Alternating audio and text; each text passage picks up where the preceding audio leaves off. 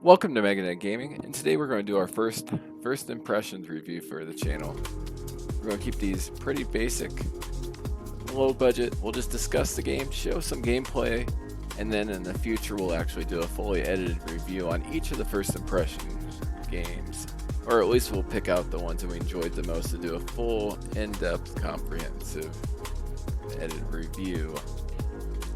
So, here we go. We have a tractor. A Tractor is a massively multiplayer online game developed and published by Games for May, which is an independent games development firm from the United Kingdom. It appears to just be a one-man project, a man named Mitchell. This is mostly a hobbyist project with a few things you can actually get in the cash shop, which we'll go over the cash shop shortly. However, either the subscription or the cash shop are not necessary to actually play this game and have quite a bit of enjoyment out of it. There's no paywall, albeit there was in the past at one point, arguably.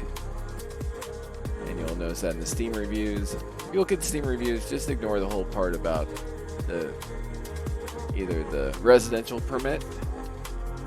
As of the time of this video, the residential permit is no longer a thing. It is no longer buy to play.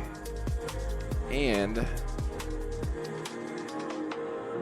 the game actually follows a legitimate free-to-play model now, where you can actually play the game for free, and then if you want to purchase and support the developer, you can. So Tractor was first released to the public in 2002 with only a few basic gameplay features available, like moving around the world. It was completely bare bones at that point. Over time, new features were implemented, including advanced features like space travel, a create option to create your own planet with a scripting language that's included in the game. It includes a basic tool set. There's a variety of mini games. There's planes, upgraded tractors, and numerous professions. So I discovered this game on accident when I was going through Steam. I was going through all the games that fell under the MMO category and just downloaded them all. My first pass, this game didn't show up. This game showed up on the second pass, so I figured, why not? I'll get it.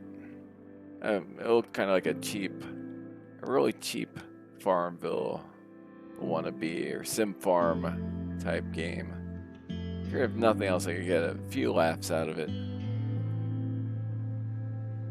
And it also was marked by a creator on a reviewer on Steam as being marked as flagged for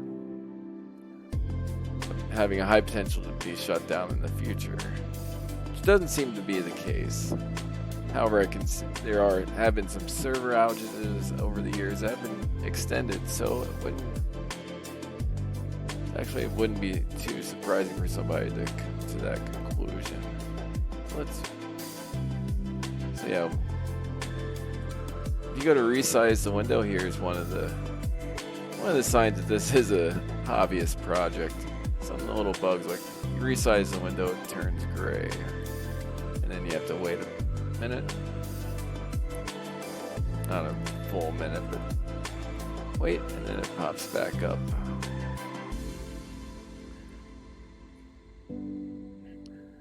So what is this game? It's a game that combines aspects of a variety of different genres, and it does create a whole unique experience for the player.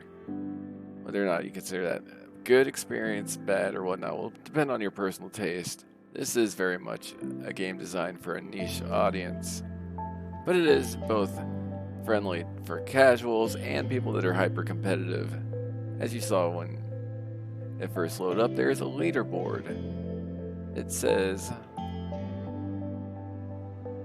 right here, most wealth, most kudos, best crow fighters, oldest, highest net worth.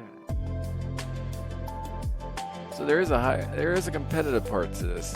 As you can see, highest net worth, I'm way down at 15. But We're getting there. And I'm not even on the oldest list. Oh, most wealth, I'm actually moving up.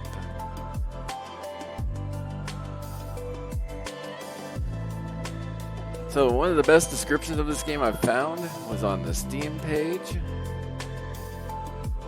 And here's what it said on the Steam page about the game.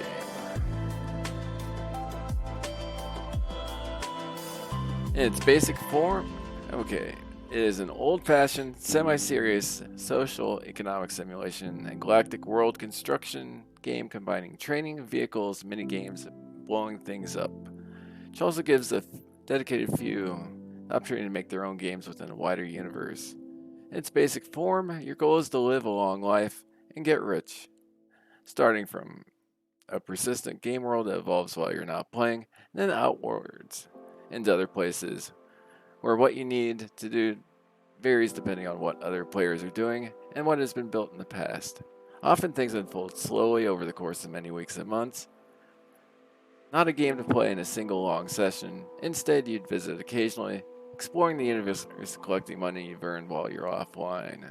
So it's essentially an economic simulation game with a mixture of role-playing and survival elements. As you see up here, there is a thirst bar on the top left, a hunger bar, health, in addition to the fuel. So you do have to make sure you eat. It's very much a sandbox game, so you do need other players for this to function properly. And given the game's low population at the moment, there are active players. As you see right now, there's 2 people online. Most I've seen is a dozen. You do have some people that, with the developers' permission, have alts, which they're not allowed to trade with. However, they do have alts so they can make sure certain skills are filled in. And you can technically play this game without other players, but you quite quickly hit a wall. There are some things that don't require other players just hopping straight into the game. The first one here, if you're starting off, you have a logging site where you don't need any tools, you just start chopping.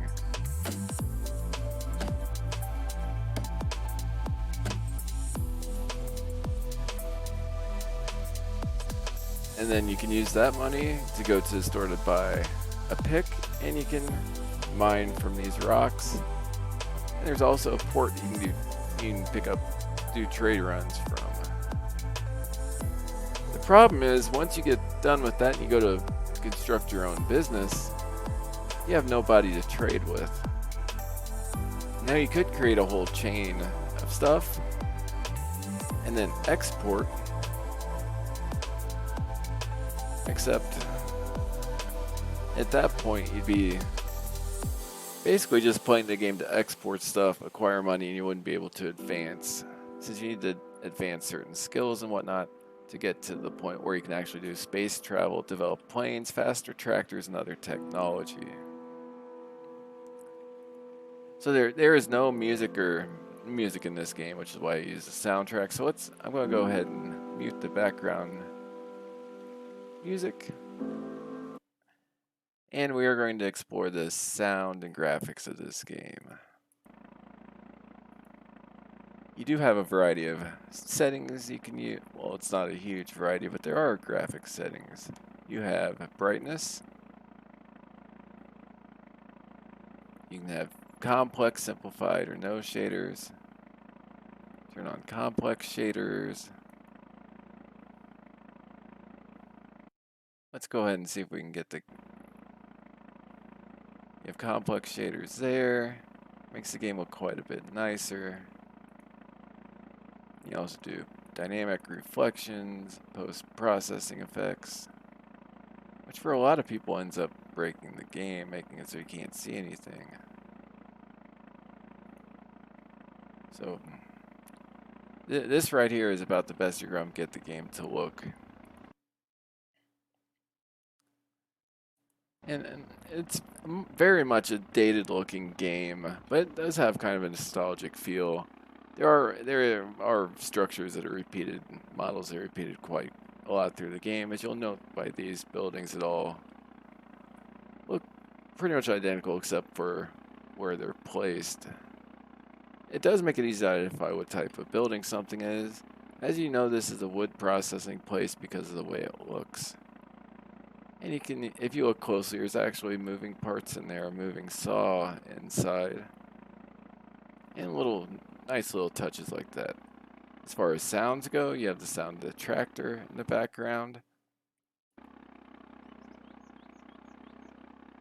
You have little sounds when you do different tasks. Like, let's go over to the rocks, and there you have a mining sound.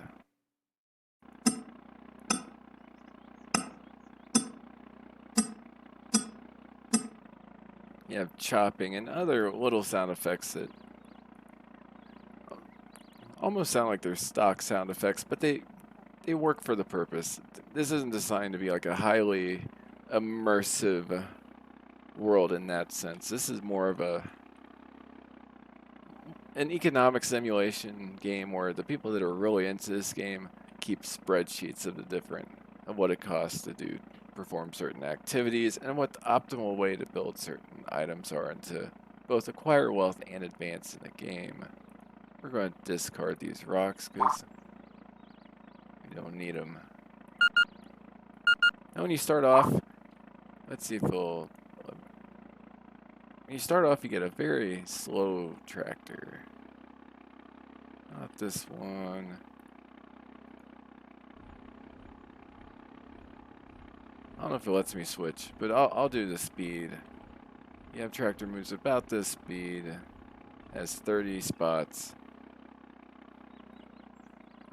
However, you can upgrade to this tractor, which is much faster, and there is one that goes even faster than this. So yeah, let's go ahead and hop in the biplane.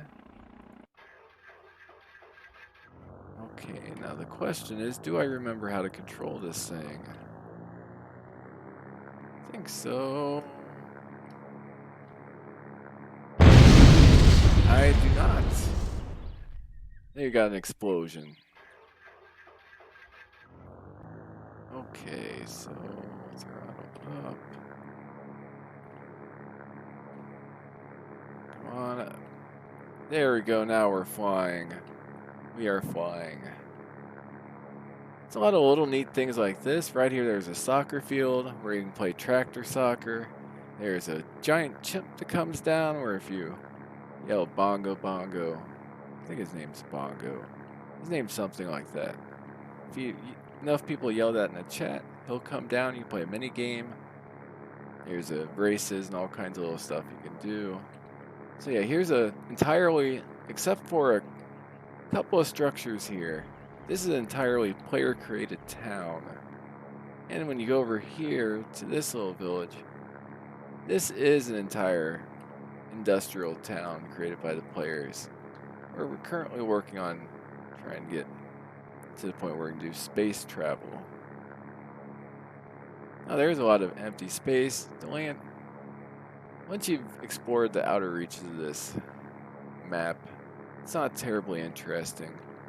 But if there's enough players in the game, you can actually have quite a bit of competition between villages. And actually expand this map and develop quite a bit where it would be a bit more interesting.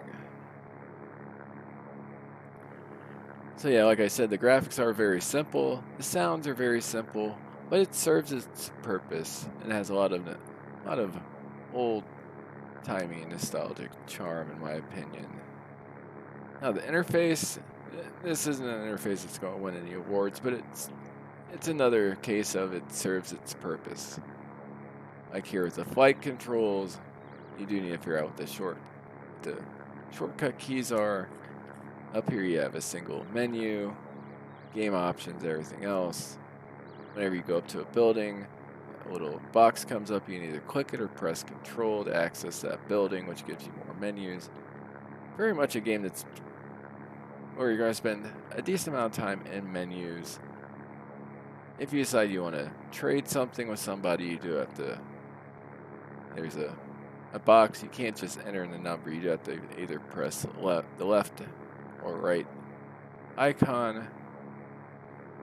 Oh yeah, here's a back to graphics. They do have reflections in the water that do look, for being a single developer game from 2002, do look quite nice. But yeah, you do have to. You can hold down to make it go faster, either up or down. But it is kind of a clunky interface where you can't just enter in a number or set it to maximum. If you want to sell everything you have in your inventory of that item, there's not just a shortcut key to do maximum amount.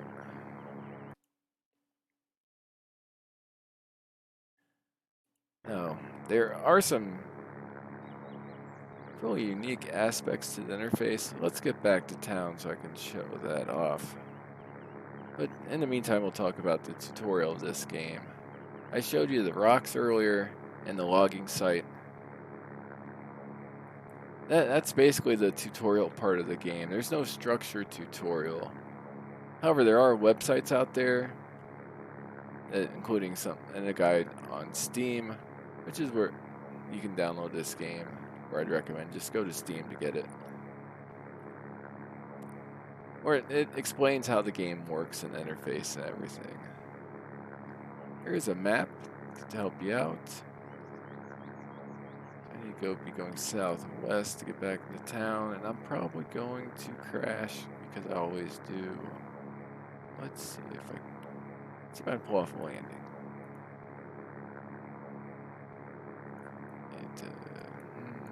Okay. No, this is not going well. Not well at all.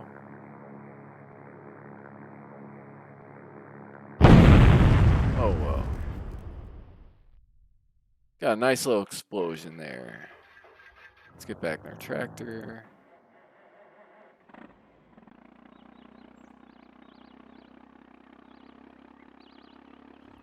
So yeah, with the interface, let's say you wanted to access this building. When you get close, a little arrow goes above it. You can either press Control or you can click it. More menus come up. They do give you a little starter bonus pack to get started with there.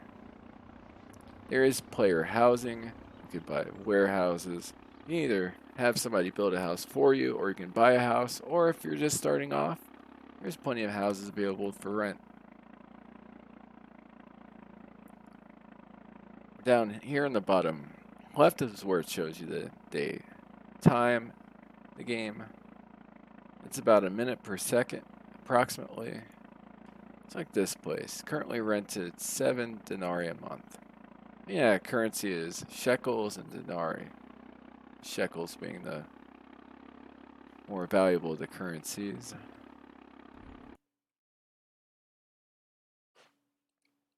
You can also get jobs from people to start off in the game, which can also help you make money before you get your first skills. Now, there are a variety of skills, and it's different tiers of skills as well, with some being required before you can move on to others. So when you first start off, you'll be pretty much going to the government school and using some of these skills, which it won't let me pull up, but they're basically focused around production, agriculture. There's science, research type skills. Everything from being a poultry farmer to being a rocket scientist. You can run a little store like right here where they run a restaurant. You can do mining, logging. There's different processing type things, like here's a builder's yard. They take stone and clay to make aggregates. A huge variety of skills. You're allowed up to 4. And the 4 you pick if you're trying to min-max your build is going to depend a lot upon what other skills you have. It's best to have a set of skills that make sense together, and also what other players are doing in the game.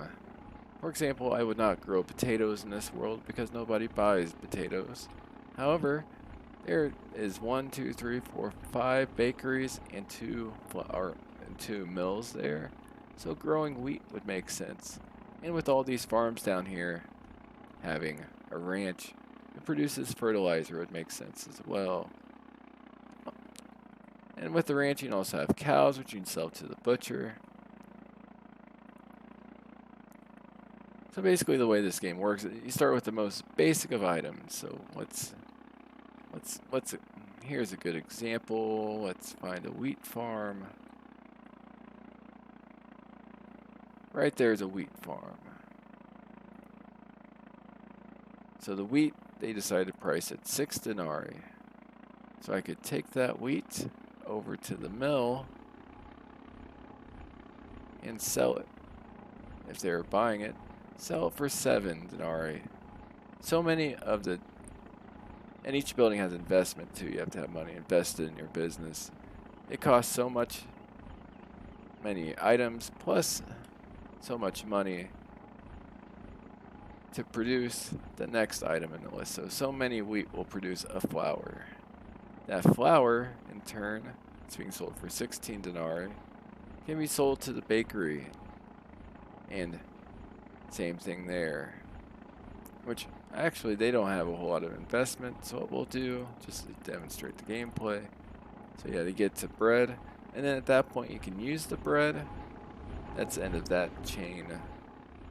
Or you can export it. So right now bread's exporting for 42. They are selling it for 41. So right there I sold the bread, helped them get more money invested in their business, so then in turn the flour they have on hand can be converted into more bread to be sold. So if you're first starting off, the best thing to do is go to the little lumber place, the logs over here, do some logging, go back to the site you turn them into, get a pick, go over here, do the rocks. When you're done with that, there's a port. If you pull up the map, it's to the northwest, called International Port. You can go over there, you can pick up items, bring them back to town, drop them off at the government office, make money doing that, then use that money to find favorable trades in town. So like I showed you with the bread right there, that's favorable trade. You go to the cafe, see, oh, they don't really need anything, do they? Let's find what it does.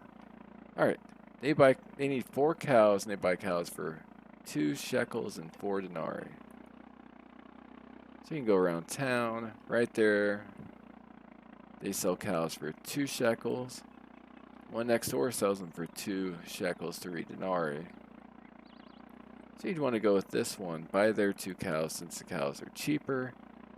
You can sell them over here for 2 shekels, 2 denarii. And right there you just made 8 denarii with about 5 seconds worth of actual work. So yeah, it's almost entirely a player-created economy, with just some basic stuff put in game to ensure that since the player base is low, that people don't starve to death. Like you have a little soup kitchen type place over here, which I'm not able to use, and a few other things in game just to make sure that the player base gets too small, like government fuel place. But yeah, even everything down to constructing tractors, all the food, with the exception of the couple places I showed over there. Even the fuel starts off at an oil well. The oil well is taken to a processing place to make refined oil, and that's brought here to make fuel. Now let's say the person that had the oil well, let's say they died and stopped production, or they stopped putting money into that business. There's no more oil. And the refinery won't have any oil to draw from, which means there will be no refined oil to bring here to turn into fuel, which means this fuel will run out. And if it wasn't for the gas station and the soup kitchen, basically you'd end up at a point where nobody'd be able to even transport anything, because there'd be no way to even transport the stuff because there'd be no fuel. So there's a lot of stuff in game where you really do have to keep in mind and really coordinate with other people in the community regarding who's going to make what skills and items are needed to really maximize how well the economy does in the game.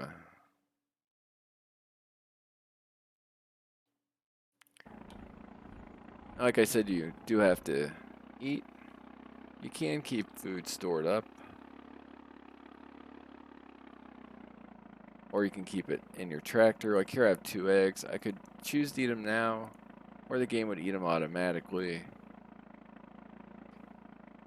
Or I can put them in my home, and when I go to select my home, I go to main, go home, and it tells you will die of thirst in approximately 3 days, 16 hours. And here's the items in my home. I have the eggs, coffee, steaks, fried chicken, tea, and beer that I gathered. If you have absolutely no food and use a soup kitchen and have like no thirst, no hunger when you log off, you get about a day. When you die, that's it. If you want to get back in the game, you start all over.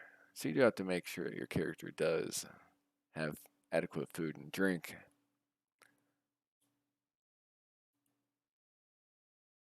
Okay, I didn't mean to exit out there. So let's get the game back up again.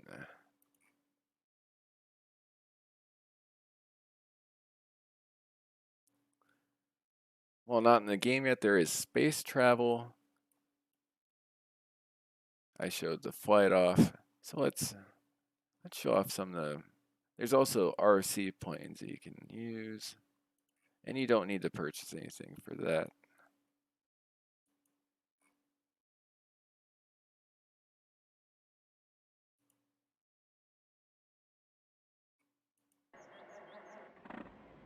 Activate RC unit. There's free flight. There's the rank duel. It's castle battle zone. So here we got the free flight. Get to RC plane. And fly around.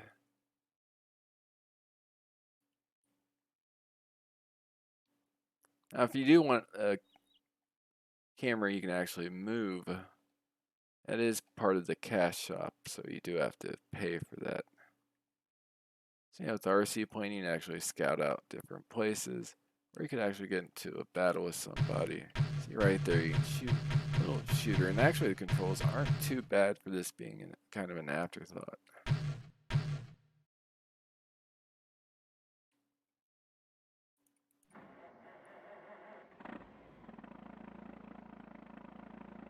F5 to exit. Another unique part of the UI of this game is, it's going to do that bug where if I'm recording, I have to return to the front end.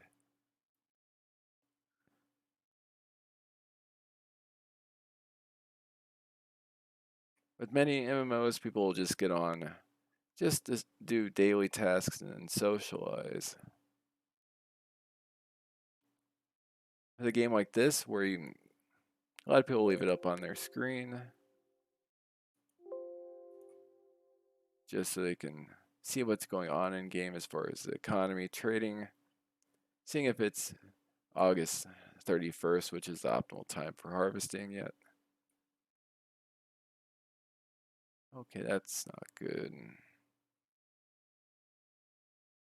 Well, it crashed. So, like I said, it is a bit of a buggy game.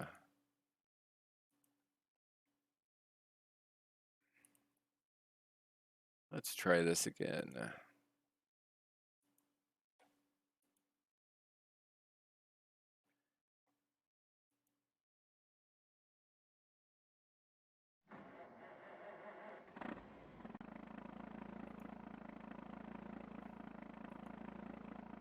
So yeah, they're controlled access the building.